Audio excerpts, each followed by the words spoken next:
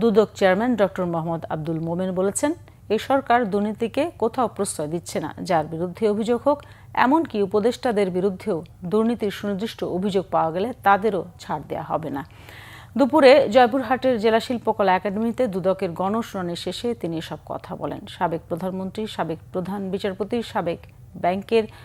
সাবেক বাংলাদেশ ব্যাংকের গভর্নর বায়তুল মোকাররমের খতিব পালিয়ে গেছেন উল্লেখ করে বলেন, এর পেছনের মূল কারণ দুর্নীতি। দুদকের সব কর্মকর্তা কর্মচারী বিষয়ে খোঁজ নেওয়া দরকার বলে জানান দুদক চেয়ারম্যান আব্দুল মোমেন।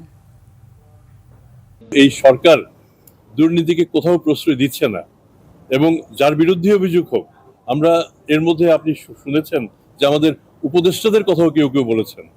সেক্ষেত্রেও দুর্নীতি দমন কমিশন যদি সুনির্দিষ্ট অভিযোগ থাকে, আমরা কাউকেই ছাড় দেব না। আমরা প্রত্যেকের দুর্নীতি যদি অভিযোগ থাকে, অভিযোগ যদি সুনির্দিষ্ট হয়, আমরা তদন্ত করে একটা একটা করে আমরা দেখব এবং আমরা আমাদের কার্যক্রম আপনাদের সহায়তায় সঠিকভাবে চালিয়ে যাব।